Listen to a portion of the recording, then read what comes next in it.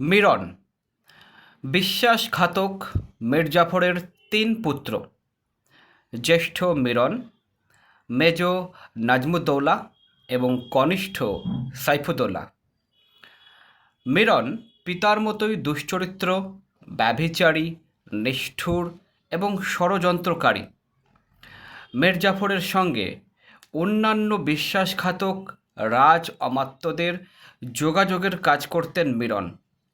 তারই ষড়যন্ত্রে এবং ব্যবস্থায় মোহাম্মদী বেগ হতভাগ্য নবাব সিরাজউদ্দৌলাকে নিষ্ঠুরভাবে হত্যা করেন।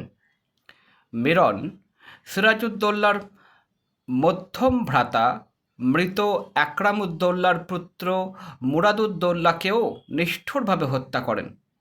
তিনি সিরাজের প্রিয়তমা স্ত্রীকে বিবাহ করতে চেষ্টা করেছিলেন, কিন্তু লুৎফুন্নেসার তীব্র বিরোধিতার জন্য তার এই অভিলাষ পূর্ণ হয়নি। মিরনের অপরাধ ও পাপের সীমা নাই। বজ্রাঘাতে অকালে মারা যান এই কুৎসিত স্বভাবের মানুষটি।